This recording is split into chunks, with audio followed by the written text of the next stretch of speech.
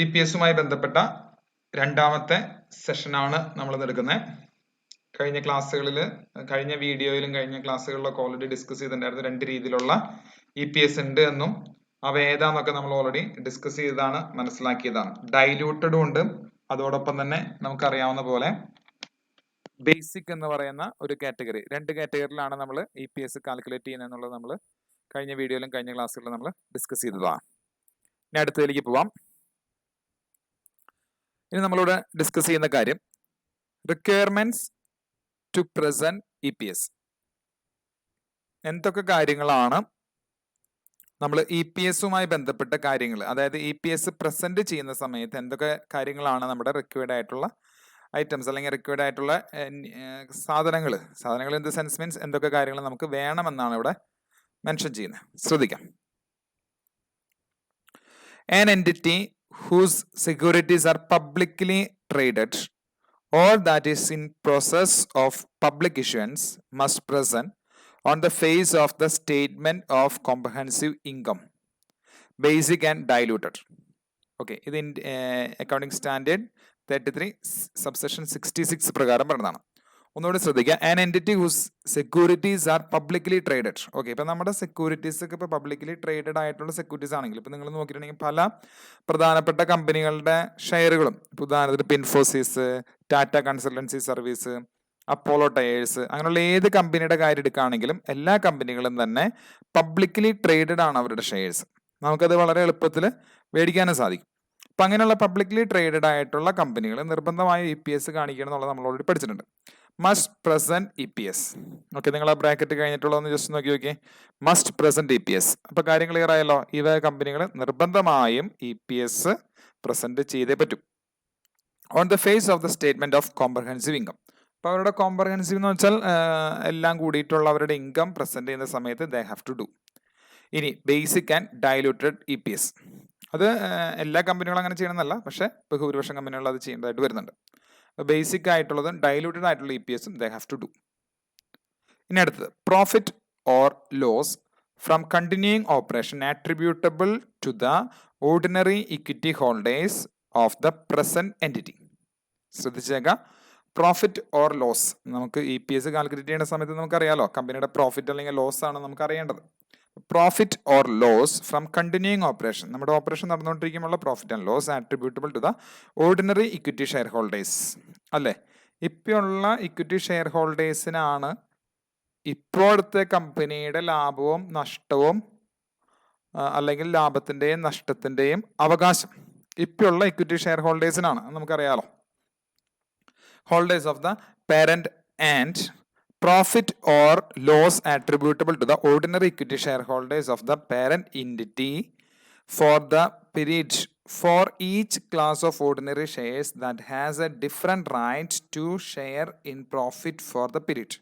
ഇവിടെ ശ്രദ്ധിക്കേണ്ടതാണെന്നുണ്ടെങ്കിൽ ഒരു കാലഘട്ടത്തിൽ ഇപ്പോൾ നമുക്കറിയാം പല ഡിഫറെൻറ്റ് ക്ലാസ്സസ് ഓഫ് ഷെയർസ് ഉണ്ട്. നിങ്ങളായാലും ഷെയർസിനെ കുറിച്ചിട്ടൊക്കെയുള്ള ക്ലാസിഫിക്കേഷൻ പഠിച്ച സമയത്ത് ചിലപ്പോൾ ശ്രദ്ധയപ്പെട്ടിട്ടുണ്ടാവും, ചിലപ്പോൾ പഠിച്ചിട്ടുണ്ടാവാൻ സാധ്യതയുണ്ട്. Different classes of equity shares തന്നെയുണ്ട്.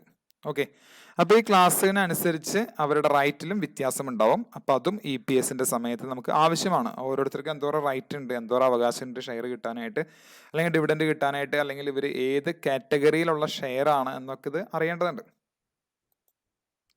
ഇനി അടുത്ത റിക്വയർമെന്റ് എന്താണെന്ന് പറഞ്ഞു. ഇഫ് ആൻ എൻറ്റിറ്റി, ശ്രദ്ധിച്ചേക്കാം, if an entity presents the components of profit or loss in a separate income statement. Listen. If an entity presents the components of profit or loss in a separate income statement, it presents EPS only in the separate statement. Okay, it presents EPS only in that separate statement. നമ്മളിപ്പോൾ income അല്ലെങ്കിൽ നമ്മുടെ profit loss ഒക്കെ നമ്മളൊരു separate സ്റ്റേറ്റ്മെൻറ്റിലാണ് present ചെയ്യുന്നതെന്നുണ്ടെങ്കിൽ ആ statement കൃത്യമായിട്ട് നമ്മളിവിടെ mention ചെയ്യേണ്ടതുണ്ട്. ആ സ്റ്റേറ്റ്മെൻറ്റിൽ നമ്മൾ കൃത്യമായിട്ട് ഇ പി എസ് രേഖപ്പെടുത്തണം. അതാണ് ഇവിടെ പറയുന്നത്. സെപ്പറേറ്റ് സ്റ്റേറ്റ്മെൻറ്റിലാണ് നിങ്ങൾ പ്രോഫിറ്റ് ആൻഡ് ലോസ് അക്കൗണ്ട് രേഖപ്പെടുത്തുന്നുണ്ടെങ്കിൽ അതുപോലെ തന്നെ സെപ്പറേറ്റ് ആ സ്റ്റേറ്റ്മെൻറ്റിൽ, വേറെ സ്റ്റേറ്റ്മെൻ്റ് അല്ല, ആ സ്റ്റേറ്റ്മെൻറ്റിൽ തന്നെ ഇ പി എസ് രേഖപ്പെടുത്തണം. ഇനി അടുത്ത് basic and diluted E P S must be presented with equal prominence for all periods presented. എപ്പോഴൊക്കെ നിങ്ങൾ കാര്യങ്ങൾ പ്രസൻറ്റ് ചെയ്യുന്നുണ്ടോ ആ സമയത്തെല്ലാം തന്നെ ഈക്വൽ പ്രയോറിറ്റി കൊടുത്ത് രണ്ട് കാര്യവും നിങ്ങൾ ചെയ്യേണ്ടതുണ്ട്. അതായത് ബേസിക്കും ഡയലൂട്ടഡും നിങ്ങൾ മെൻഷൻ ചെയ്തേ പറ്റും. ഇനി അടുത്ത കാര്യം, basic and diluted EPS must be presented even if. ശ്രദ്ധിച്ച് കേൾക്കാട്ടോ, ഇനി പറയുന്ന കാര്യം വളരെ കൃത്യമായിട്ട് ശ്രദ്ധിച്ച് കേൾക്കണം. റെഡ് കളറിൽ എഴുതി തോന്നുന്നു നോക്കി നോക്കി. Basic and diluted EPS must be presented even if the amount are negative. കാര്യം ക്ലിയർ ആയല്ലോ. നിങ്ങളുടെ കമ്പനിക്ക് EPS ഏണിങ്സ് ഉണ്ടെങ്കിൽ മാത്രമല്ല, നഷ്ടത്തിലോടുന്ന കമ്പനി ആണെങ്കിൽ ഏണിങ്സ് ഇല്ലല്ലോ. അപ്പൊ അവരുടെയും EPS ഇതിൽ കാണിക്കണം എന്നാണ് പറയുന്നത്. കാര്യം ക്ലിയർ ആയോ? EPS വേണമെങ്കിൽ നെഗറ്റീവ് ആകാൻ പാടുണ്ടോ എന്നൊരു ചോദ്യത്തിനുള്ള ഉത്തരം കൂടി നിങ്ങൾക്ക് കിട്ടില്ലേ? നെഗറ്റീവ് ആവാം. കാരണം അക്കൗണ്ടിങ് സ്റ്റാൻഡേർഡ് പ്രകാരം പറയുന്നു എന്ത്? Basic and diluted EPS must be presented even if. അതായത് എങ്ങനെയായാൽ കൂടിയും, നെഗറ്റീവ് ആയാൽ കൂടിയും you have to present it. Okay. ഇനി അടുത്ത കാര്യം, റിക്വയർമെന്റ്സ് തന്നെ നമുക്ക് കണ്ടിന്യൂ ചെയ്യാണ്. If an entity reports a discontinued operation. ശ്രദ്ധിക്കുക, ഒരു എൻറ്റിറ്റി ബിസിനസ് നടത്തിക്കൊണ്ടിരിക്കുകയാണ്, പക്ഷെ അവർ ഡിസ്കണ്ടിന്യൂ ചെയ്യാണ്. മിക്കതും അവരുടെ ഒരു അക്കൗണ്ടിങ് പീരീഡിന്റെ ഇടയിൽ അവർ ഡിസ്കണ്ടിന്യൂ ചെയ്യണം. Then basic and diluted amounts per share, basic and diluted amounts per share must be disclosed for the discontinued operation. Okay, ആ ഒരു ഡിസ്കണ്ടിന്യൂഡ് ഓപ്പറേഷന്റെ സമയത്ത് അത് എത്രയാണെന്നുള്ളത് ഡിസ്ക്ലോസ് ചെയ്യണം. either on the face of the comprehensive income. Okay, അതായത് നമ്മൾ സമഗ്രമായിട്ടുള്ള, അതായത് ഫുള്ളും income നമ്മൾ പ്രസിദ്ധീകരിക്കുന്ന സമയത്തോ. ഓക്കെ, നമ്മളൊരു ഫൈനാൻഷ്യൽ സ്റ്റേറ്റ്മെന്റ്, എല്ലാ ഇൻകം കൂടിയിട്ടുള്ളൊരു ഫൈനാൻഷ്യൽ സ്റ്റേറ്റ്മെന്റ്, ഞാനിവിടെ മലയാളത്തിൽ എഴുതിയിട്ടുണ്ട് കോംപ്രഹെൻസീവ് എന്നുള്ളതിന്റെ സമഗ്രമായിട്ടുള്ള കൺസോളിഡേറ്റഡ് ആയിട്ടുള്ള ആ സ്റ്റേറ്റ്മെന്റ് പ്രിപ്പയർ ചെയ്യുന്ന സമയത്തോ, or separate income statement if presented. നമ്മളിപ്പോൾ സെപ്പറേറ്റ് ഇൻകം സ്റ്റേറ്റ്മെന്റ് പ്രസന്റ് ചെയ്യുന്നുണ്ടെന്ന് വിചാരിക്കും. ഇപ്പോൾ ഡിസ്കണ്ടിന്യൂഡ് ഓപ്പറേഷൻ അല്ലെങ്കിൽ അതുവരെയുള്ള സമയത്തേക്ക് വേണ്ടി സെപ്പറേറ്റ് ഇൻകം സ്റ്റേറ്റ്മെന്റ് നമ്മൾ പ്രസന്റ് ചെയ്യുന്നുണ്ടെങ്കിൽ ആ സ്റ്റേറ്റ്മെന്റിൽ നമ്മുടെ EPS ഉണ്ടായിരിക്കണം. അപ്പോൾ ഇൻകം സ്റ്റേറ്റ്മെന്റ് എപ്പോൾ വയ്ക്കുന്നോ അപ്പോൾ EPSും വേണമെന്ന് ചുരുക്കം. Or in the notes to the financial statements. Okay, ഇനി ഇത് ഇങ്ങനെ ഒന്നും അല്ല എന്നുണ്ടെങ്കിൽ എന്താ ചെയ്യണമെന്ന് പറഞ്ഞിട്ടുള്ളത്, നമ്മളൊരു നോട്ട്സ്, ഫൈനാൻഷ്യൽ സ്റ്റേറ്റ്മെന്റ്സ് നമ്മൾ പ്രിപ്പയർ ചെയ്യുന്ന സമയത്ത് ഒരു നോട്ടായിട്ട് നമ്മൾ റെക്കോർഡ് ചെയ്യേണ്ടതുണ്ട്. EPS ഇത്രയാണ്. ഓക്കെ, ചുരുക്കി പറഞ്ഞാൽ എവിടെയൊക്കെ നമ്മുടെ ഇൻകം സ്റ്റേറ്റ്മെന്റ് വരുന്നുണ്ടോ അവിടെയൊക്കെയും EPSന്റെ കാര്യം കൂടിയും വ്യക്തമാക്കണം എന്നാണ് ഇവിടെ ഉദ്ദേശിക്കുന്നത്. ദെൻ അടുത്ത കാര്യം എന്താ പറയുന്നത്? Basic EPS. Basic EPS calculate ചെയ്യുന്നതിനെ കുറിച്ച് നമ്മൾ ഓൾറെഡി പല പ്രാവശ്യം ഡിസ്കസ് ചെയ്തിട്ടുണ്ട്. എന്നാലും കുറച്ചും കൂടി വ്യക്തമായിട്ട് നിങ്ങൾക്ക് ഈ ഒരു എക്സ്പ്ലനേഷനിൽ കിട്ടും. Basic EPS is calculated by dividing profit or loss attributable to, ആ റെഡ് കളറിൽ കൊടുത്തിട്ടുള്ളത് കൃത്യമായിട്ട് ശ്രദ്ധിക്കുക, attributable to ordinary equity holders of the present entity. Ordinary equity share holders of the parent entity. Okay, ordinary equity, ശ്രദ്ധിക്കുക, ordinary equity holders അല്ലെങ്കിൽ share holders എന്ന് വേണമെങ്കിൽ പറയാലോ, ഓഫ് ദ പാരന്റ് എൻറ്റിറ്റി. അതെന്തായിട്ട് പരിഗണിക്കും? ന്യൂമറേറ്റർ ആയിട്ട് പരിഗണിക്കും. By the weighted average number of ordinary shares outstanding. അത് നമ്മുടെ ഡിനോമിനേറ്റർ ആയിട്ട് പരിഗണിക്കും ഈ ഒരു കാലഘട്ടം. ഇപ്പോൾ ഡോമിനേറ്ററും ഡിനോമിനേറ്ററും എന്താണെന്ന് കൃത്യമായല്ലോ. ശ്രദ്ധിക്കുക, ന്യൂമറേറ്റർ ആയിട്ട് വരുന്നത് എന്താണ്? Attributable to ordinary equity holders of the parent entity.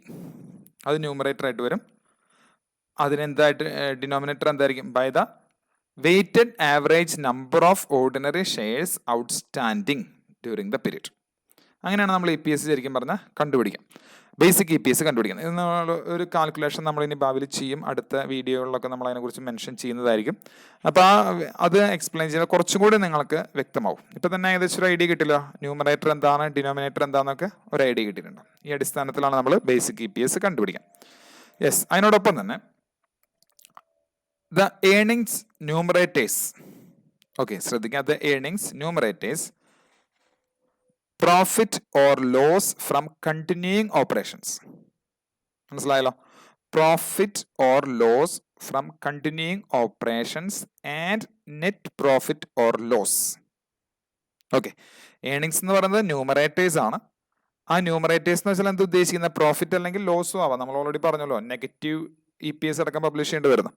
അപ്പോൾ അത് വെച്ച് നോക്കുമ്പോൾ profit or loss from continuing operations and net profit or loss. Okay, അതാണ് നമ്മുടെ numerator earnings. Used for the calculation should be after deducting all expenses including tax, minority interest and preference dividend. Okay, നമ്മൾക്ക് കിട്ടിയിട്ടുള്ള number of shares താഴെ എഴുതുകയും മേലെ earnings എഴുതുകയും ചെയ്യുക basic EPS കണ്ടുപിടിക്കാനായിട്ട്. നമുക്കറിയാലോ, മൊത്തം earnings divided by number of shares എന്നാണ് നമ്മൾ ശരിക്കും കാൽക്കുലേറ്റ് ചെയ്യുന്നത്. അപ്പോൾ ഈ മൊത്തം ഏണിങ്സ് എന്ന് പറയുമ്പോൾ നമ്മളെ സംബന്ധിച്ച് നമുക്കുള്ള മൊത്തം ഏണിങ്സ് മീൻസ് ആ പ്രോഫിറ്റ് ആണ് നമ്മൾ എടുക്കുന്നത്. പക്ഷെ ആ പ്രോഫിറ്റ് അങ്ങനെ തന്നെ നമുക്ക് എടുക്കാൻ പറ്റുമോ? ഒരിക്കലും പാടില്ല. കാരണം ആ പ്രോഫിറ്റിൽ നിന്ന് എക്സ്പെൻസസ്, ടാക്സുമായി ബന്ധപ്പെട്ട എക്സ്പെൻസസ്, മൈനോറിറ്റി ഇൻട്രസ്റ്റുമായി ബന്ധപ്പെട്ട കാര്യങ്ങൾ, പ്രിഫറൻസ് ഡിവിഡൻറ്റുമായി ബന്ധപ്പെട്ട കാര്യങ്ങൾ, ഇതെല്ലാം കിഴിച്ചതിന് ശേഷം ഡിഡക്റ്റ് ചെയ്തതിന് ശേഷമുള്ള ഇൻകം, ആ ഇൻകമാണ് നമ്മൾ എന്തായിട്ട് പരിഗണിക്കേണ്ടത്? ന്യൂമറേറ്റർ ആയിട്ട് പരിഗണിക്കേണ്ടത്. യെസ്, ഇനി അടുത്തൊരു കാര്യം, ബേസിക് EPS തന്നെ കണ്ടിന്യൂ ചെയ്യാണ്. ദ ഡിനോമിനേറ്റർ, അതായത് നമ്പർ ഓഫ് ഷെയർസ് അല്ലേ?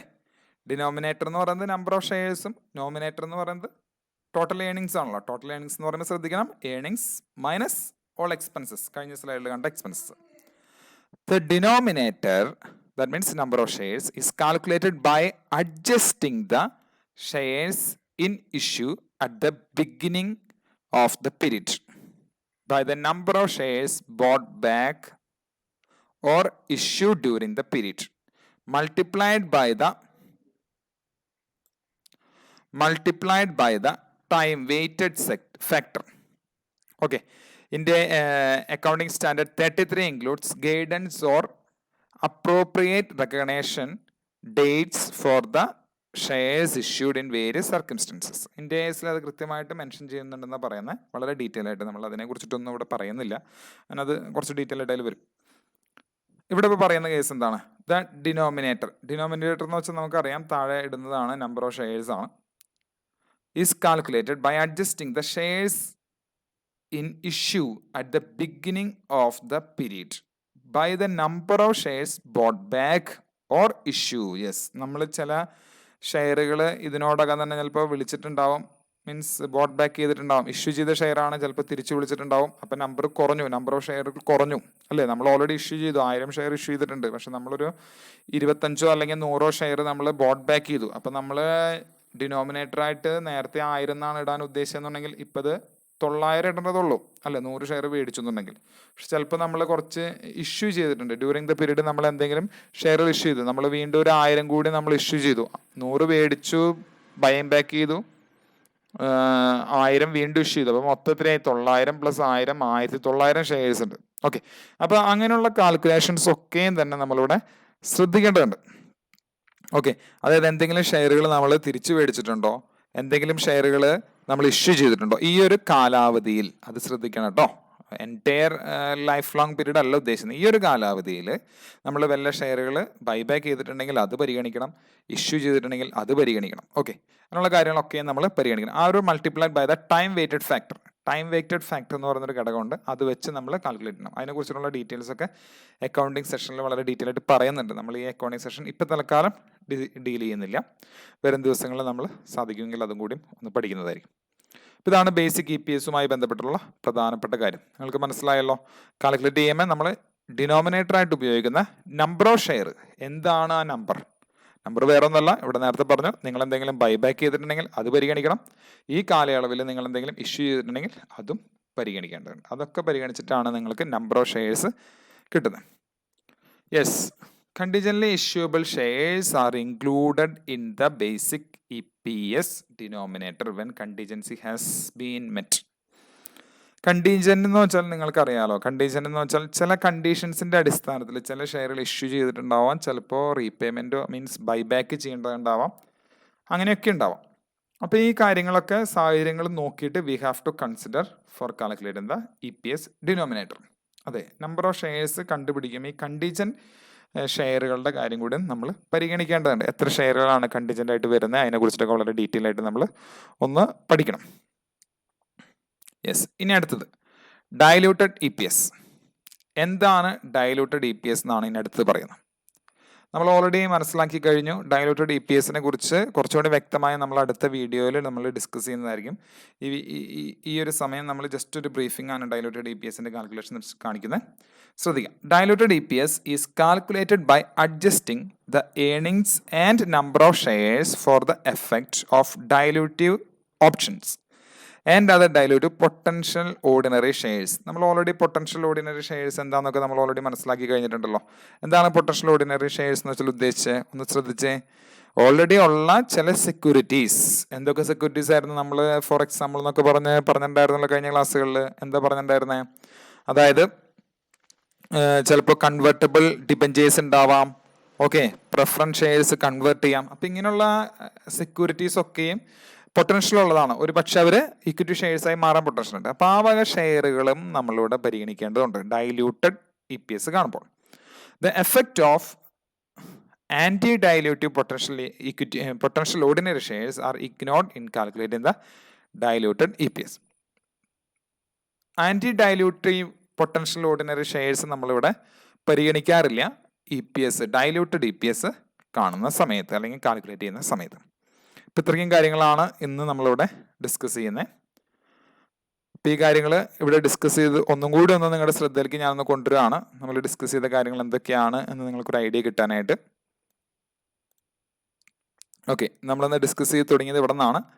Requirements to be or requirement to present EPS. Okay, എന്തൊക്കെയാണ് നമ്മുടെ റിക്വയർമെൻറ്റ്? ശ്രദ്ധിക്കുക.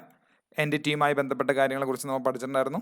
പ്രോഫിറ്റ് ആൻഡ് ലോസ് കണ്ടിന്യൂസ് ഓപ്പറേഷനെ കുറിച്ച് നമ്മൾ മനസ്സിലാക്കിയിട്ടുണ്ടായിരുന്നു. Profit or loss attributable, okay, equity share ഹോൾഡേഴ്സിന് എങ്ങനെയാണ് അത് വരുന്നതെന്ന് നമ്മൾ ഓൾറെഡി മനസ്സിലാക്കിയിട്ടുണ്ടായിരുന്നു. അതിനോടൊപ്പം തന്നെ അത് പ്രസൻറ്റ് ചെയ്യണം. ഓക്കെ, നമ്മൾ ഈ ഒരു സ്ലൈഡിലാണ് ഡിസ്കസ് ചെയ്തിട്ടുണ്ടായിരുന്നത്. ഇവിടത് നെഗറ്റീവ് ആണെങ്കിൽ കൂടിയും വി ഹാവ് ടു പ്രസൻറ്റ് എന്ന് തന്നെയാണ് നമ്മൾ പറഞ്ഞത്. പ്രോഫിറ്റ് ആണെങ്കിൽ വെരി ഗുഡ്, പ്രോഫിറ്റ് ആണെങ്കിൽ പ്രസൻറ്റ് ചെയ്യരുതെന്നല്ല കേട്ടോ. പ്രോഫിറ്റ് ആണെങ്കിലും നെഗറ്റീവ് ആണെങ്കിലും ലോസ് ആണെങ്കിലും EPS നെഗറ്റീവ് ആണെങ്കിലും പ്രോഫിറ്റ് ആണെങ്കിലും വി ഹാവ് ടു പ്രസൻറ്റ്. ഇനി അടുത്തത് നമ്മൾ ഡിസ്കസ് ചെയ്യേണ്ടത് ഡിസ്കണ്ടിന്യൂഡ് ഓപ്പറേഷൻ്റെ സമയത്താണെങ്കിലും എന്താണ് ഇപ്പോഴത്തെ അവസ്ഥ അത് നമ്മളിവിടെ പ്രസൻറ്റ് ചെയ്യണം. ഇൻകം സ്റ്റേറ്റ്മെൻറ്റിൽ അല്ലെങ്കിൽ ഫൈനാൻഷ്യൽ സ്റ്റേറ്റ്മെൻറ്റ് പ്രിപ്പയർ ചെയ്യുമ്പോൾ ഒരു നോട്ട് പോലെയെങ്കിലും നമ്മളിവിടെ വെക്കാനായിട്ട് ഏറ്റവും അവസാനത്തെ സെൻറ്റൻസിൽ നമ്മൾ എഴുതിയിട്ടുണ്ടായിരുന്നു. ഒരു ഫൈനാൻഷ്യൽ സ്റ്റേറ്റ്മെൻറ്റ് പ്രിപ്പയർ ചെയ്യുമ്പോൾ അറ്റ്ലീസ്റ്റ് ഒരു നോട്ടായിട്ടെങ്കിലും EPSനെ കുറിച്ച് മെൻഷൻ ചെയ്യണമെന്നാണ് പറഞ്ഞിട്ടുള്ളത്. ഇനി അടുത്ത് ശ്രദ്ധിച്ചു. ന്യൂമറേറ്റർ ഡിനോമിനേറ്റർ എന്തൊക്കെയാവുന്നതാണ് നമ്മൾ ഇവിടെ ഡിസ്കസ് ചെയ്തിട്ടുണ്ടായിരുന്നത്. EPSൻ്റെ ബേസിക് EPSൻ്റെ കാൽക്കുലേഷനുമായി ബന്ധപ്പെട്ട്. പിന്നെ അതുപോലെ തന്നെ ന്യൂമറേറ്റർ ആവുന്ന ഏണിങ്സ്, എൻ്റയർ ഏണിങ്സ് നമുക്ക് എടുക്കാൻ പറ്റുമോ? ഇല്ല എന്നാണ് നമ്മൾ പഠിച്ചത്. എന്തൊക്കെ കാര്യങ്ങൾ ഡിഡക്റ്റ് ചെയ്യണം? ടാക്സുമായി ബന്ധപ്പെട്ട കാര്യങ്ങൾ, മൈനോറിറ്റി ഇൻട്രസ്റ്റ്, പ്രിഫറൻസ് ഡിവിഡൻറ്റ്, അങ്ങനെയുള്ള കാര്യങ്ങളൊക്കെയും ഡിഡക്റ്റ് ചെയ്തിട്ട് ബാക്കിയുള്ള തുകയാണ് നമ്മുടെ ഏണിങ്സ് ആയിട്ട് നമ്മൾ പരിഗണിക്കാൻ പാടുള്ളൂ എന്ന് പറഞ്ഞു. ഓക്കെ, പിന്നെ അതുപോലെ തന്നെ നമ്മളിവിടെ ഡിസ്കസ് ചെയ്തിട്ടുണ്ടായിരുന്നു കാൽക്കുലേറ്റ് ചെയ്യുമ്പോൾ അഡ്ജസ്റ്റ് ചെയ്യേണ്ട ചില കാര്യങ്ങളുണ്ട് അല്ലേ. നമ്മുടെ ചില ഷെയറുകൾ നമ്മൾ ചിലപ്പോൾ ബൈബാക്ക് ചെയ്തിട്ടുണ്ടാവും, ചില ഷെയറുകൾ നമ്മൾ ചിലപ്പോൾ ഇഷ്യൂ ചെയ്തിട്ടുണ്ടാവും. അതൊക്കെ നമ്മൾ പരിഗണിക്കേണ്ടതുണ്ട് നമ്മുടെ ഡിനോമിനേറ്റർ ആയിട്ടുള്ള നമ്പർ ഓഫ് ഷെയറുകൾ എത്രയാണെന്ന് കണ്ടുപിടിക്കുന്ന സമയത്ത്. ദെൻ കണ്ടീജൻ്റ് ആയിട്ടുള്ള എന്തെങ്കിലും കാര്യങ്ങൾ ഉണ്ടെന്നുണ്ടെങ്കിൽ, അതായത് ചില കണ്ടീഷൻസിൻ്റെ അടിസ്ഥാനത്തിലുള്ള കാര്യങ്ങളുണ്ടെങ്കിൽ that also we have to consider. Then diluted EPS ഉണ്ടായിരുന്നു. ഡൈലൂട്ടഡ് EPS എന്ന് വെച്ചാൽ എന്താണെന്ന് നമുക്ക് ഓൾറെഡി അറിയാലോ, നമ്മൾ ഓൾറെഡി പഠിച്ചിട്ടുള്ള കാര്യമാണ്. അപ്പോൾ അതുമായി ബന്ധപ്പെട്ട് ജസ്റ്റ് ഒരു ബ്രീഫിംഗ് കൂടി ഇതിൽ നമ്മൾ തന്നിട്ടുണ്ടായിരുന്നു. ഡീറ്റെയിൽ ആയിട്ട് ഡൈലൂട്ടഡ് EPSൻ്റെ സമയത്ത് ശ്രദ്ധിക്കേണ്ട കാര്യങ്ങൾ we will discuss in the next section. Okay, ഇത്രയും കാര്യങ്ങളാണ് നമ്മളിന്ന് ഇവിടെ ഡിസ്കസ് ചെയ്യാനായിട്ട് ഉദ്ദേശിച്ചിട്ടുള്ളത്.